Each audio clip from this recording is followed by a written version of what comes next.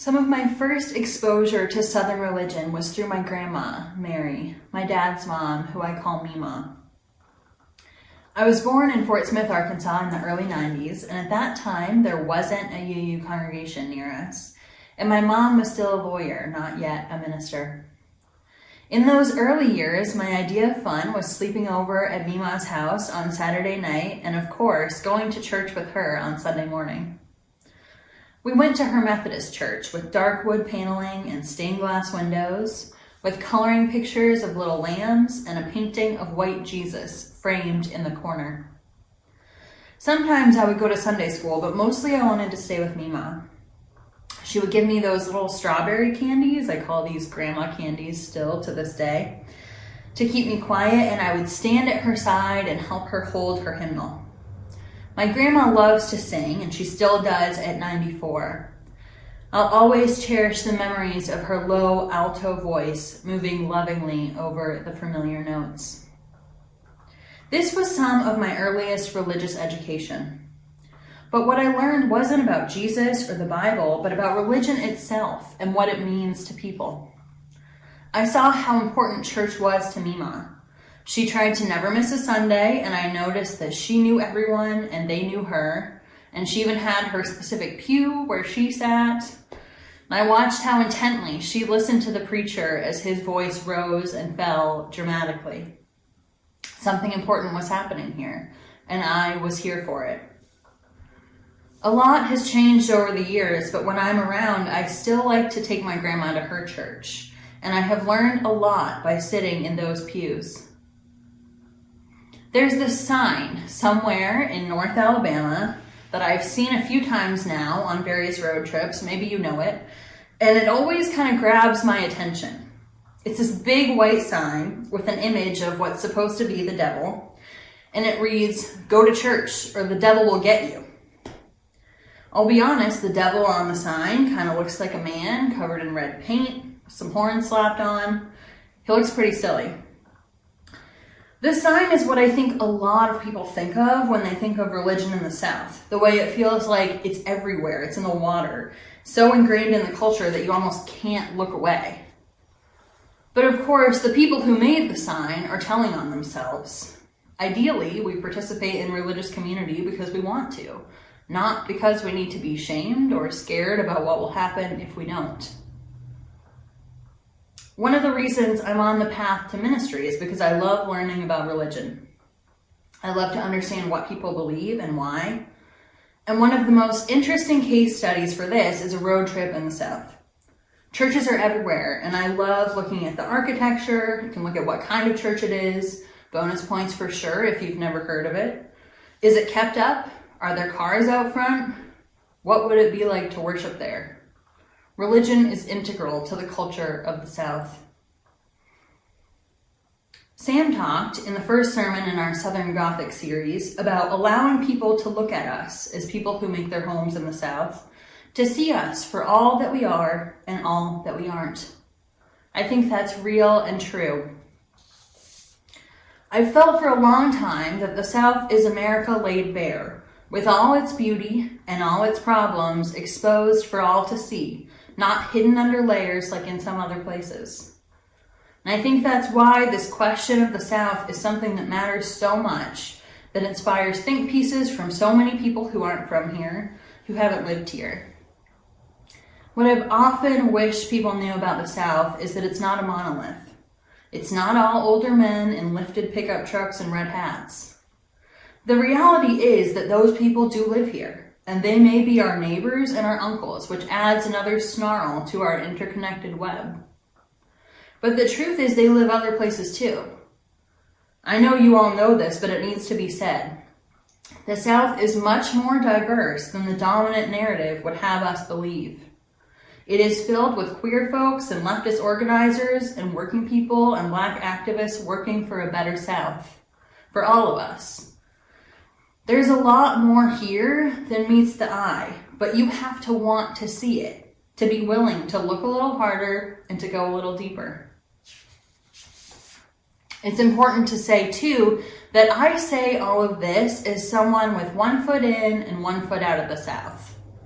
I was born here, and I lost my accent long ago. I lost my mannerisms. I don't say yes ma'am or no ma'am, but my roots are here. I met my husband here, his family's from here, my family's from here. And as a military family, we don't choose where we live. I won't lie to you, Shreveport wasn't exactly in the plan. Kind of surprised us a little bit. But if we could choose, we would absolutely live in the South. I've also lived a lot of my life in New England, and there are people and places and things that I've loved there too. This wideness of experience that has given me a lot of perspective. This wideness of experience has given me a lot of perspective. But I knew when I lived there that there were experiences I had that people there didn't quite understand. So I'm 100% invested in the flourishing of the South, of my family, of the people I love. I've poured my blood, sweat, and tears into this place, and it has me by the heartstrings. And sometimes it feels like it saves me, and in the same breath, it can break my heart. Learning to live with that has been an exercise in humility. And it should be said too that the reason the South has spelled freedom for me and for my family has everything to do with my white skin. There's no way around that, and it's completely legitimate for people who have different experiences to feel differently. When we talk about religion in the South, we're mostly referring to Protestant Christianity, to mainline denominations like the Baptists in all their forms, the Methodists, eventually the African Methodist Episcopal Church, and later other movements like the charismatic Pentecostal traditions. So bear with me for a moment for some extremely quick history. During the Second Great Awakening that spanned the 1790s to the 1840s, these Protestant denominations sent out preachers to ride around the country and preach the gospel. And that's something that's specific to Christianity. It carries with it this idea that the responsibility is to share the good news with other people. So they would have tent revivals, and they featured very moving and emotional, embodied preaching. And a lot of people were inspired by this message and converted to these kinds of Christianity. This is where people got religion, as they say. At the same time, our country, the slave trade, our country's original sin that reverberates throughout our history, was booming. And this Christianity that was preached at tent revivals and that so moved people was also used as a justification for slavery. That the servant should obey the master. The history is bloody, and we cannot afford to look away. Frances Ellen Watkins Harper, free Black woman, abolitionist, organizer, and poet, reminded us in the reading we heard earlier what a mockery the slave trade made of the Christian faith. But we must also understand and remember that Christianity was life-giving to many enslaved people. Enslaved people in the South had their own pastors among them, their own preachers. And the idea that there was a life after this one that included freedom, where those who had sinned against them would pay, was of paramount importance. James Cone, pioneer of Black liberation theology, explained in his work, The Cross and the Lynching Tree. While the lynching tree symbolized white power and Black death, the cross symbolizes divine power and Black life God overcoming the power of sin and death. For African Americans, the image of Jesus hung on a tree to die powerfully grounded their faith that God was with them, even in the suffering of the lynching era. Religion in the South has long been associated with the religious right. And in a lot of ways that's fair, especially recently when we've seen many evangelical leaders embrace Trump and Christian nationalism. But we must not forget that the South has also been the birthplace of progressive religious activism, from the Poor People's Campaign to the Movement for Black Lives. Liberating progressive activism on the basis of faith has always been here, and we must not lose sight of that. So, what are we as Unitarian Universalists supposed to make of all of this? What does this have to do with us, especially as UUism moves into kind of a post-Christian landscape? First, I would say that this is the water in which we swim as UUs in the South. Our Unitarian and Universalist ancestors were Christian, and this double-edged sword of a violent and liberating history is ours to know and to understand. And though we like to talk about our abolitionist ancestors, I would remind us too that not all of them were. And like Sam reminded us about the churches built from textile money, none of us is immune or exempt from feeling the impacts of slavery, this original sin, no matter what part of the country we live in. As people who live in the South, we also have a responsibility to try to understand the context in which we live instead of remaining solely in our UU circles. The South is home to an intense and embodied faith. We have the go to church or the devil will get you roadside evangelism.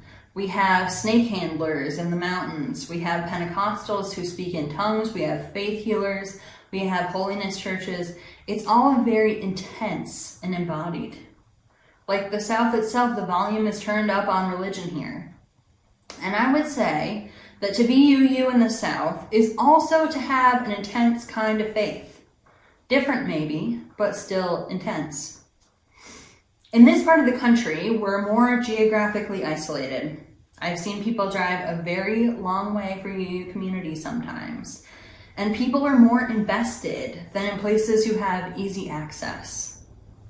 There's a level of caring and energy and appreciation, a level of faith that comes with being UU in the South that I love. And as UUs in the South, we're really choosing faith over fear, to borrow a phrase from our evangelical neighbors. Our faith is maybe articulated differently and placed more in community and in one another than in God, but it's faith nonetheless, and maybe that's even more radical.